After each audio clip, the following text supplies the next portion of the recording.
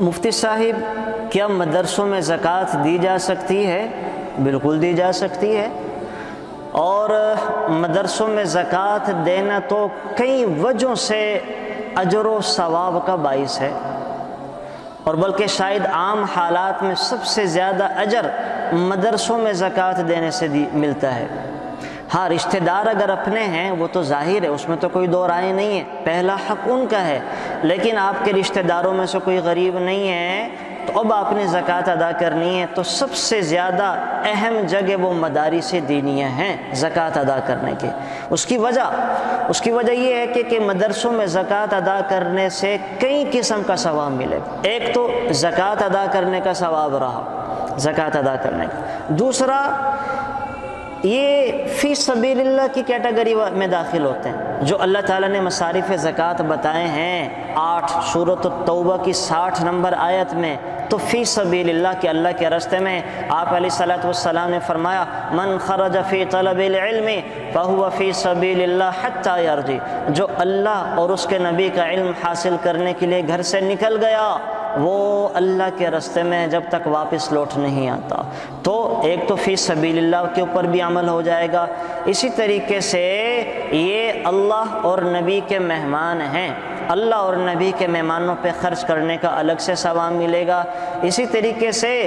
دین کی نشر و اشاعت میں آپ حصے وار بن رہے ہیں کہ مدارس تو ظاہر ہے کہ دین کے قلعے ہیں، یہ مراکز دینیہ دین کی حفاظت کی جگہ ہیں، اگر یہ ہوں گے تو دین محفوظ ہوگا۔ تو آپ اپنا پیسہ اگر یہاں لگا رہے ہیں اور یہاں سے پڑھنے والا بچہ حافظ بھی بن رہا ہے، عالم بھی بن رہا ہے، قاری بھی بن رہا ہے، ساری دنیا میں خیر کو پہنچا رہا ہے، پھیلا رہا ہے، تو آپ کا پیسہ استعمال کر کے وہ خیر کی نشر و اشاعت ہو رہی ہے، تو آپ کا شمار بھی دین کے پھیلانے والوں میں ہوگا، تو دین کی نشر و اشاعت کے اندر حصے دار بن رہے ہیں۔ اسی طریقے سے ایک بہت بڑا اجر یہ مدارس پر زکوٰۃ دینا، خرچ کرنا، یہ بہت بڑا صدقہ جاریہ ہے۔ آپ کے دیے پیسے سے کسی بچے نے حفظ کیا، جب تک وہ قرآن کریم کی تلاوت کرے گا اس کے ہر حرف پر ملنے والی 10 نیکیوں میں آپ کو بھی اجر دیا جائے گا۔ آپ کے دیے ہوئے پیسے سے کوئی بچہ قاری قرآن بنا، جب تک وہ نمازیں پڑھائے گا، جب تک وہ قرآن کریم کی تلاوت کرے گا،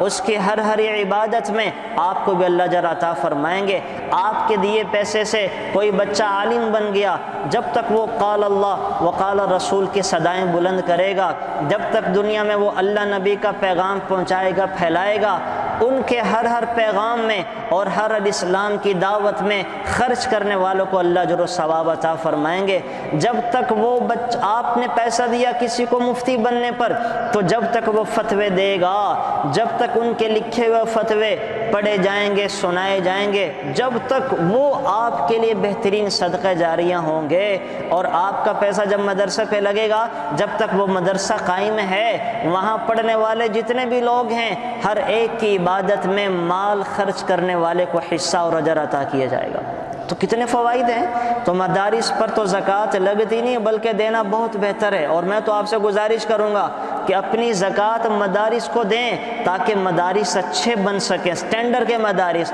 اور وہ عوام کی ہر قسم کی ضروریات کو احسن انداز سے پورا کر سکیں۔ تو اپنی زکوٰۃ وہ اگر رشتہ داروں کے اندر کوئی مستحق نہیں ہے تو آپ کی زکوٰۃ کا سب سے بہترین مصرف وہ مدارس دینیہ ہیں۔ اللہ تعالی ہمیں مدارس دینیہ پر خرچ کرنے کی توفیق بھی عطا فرمائے۔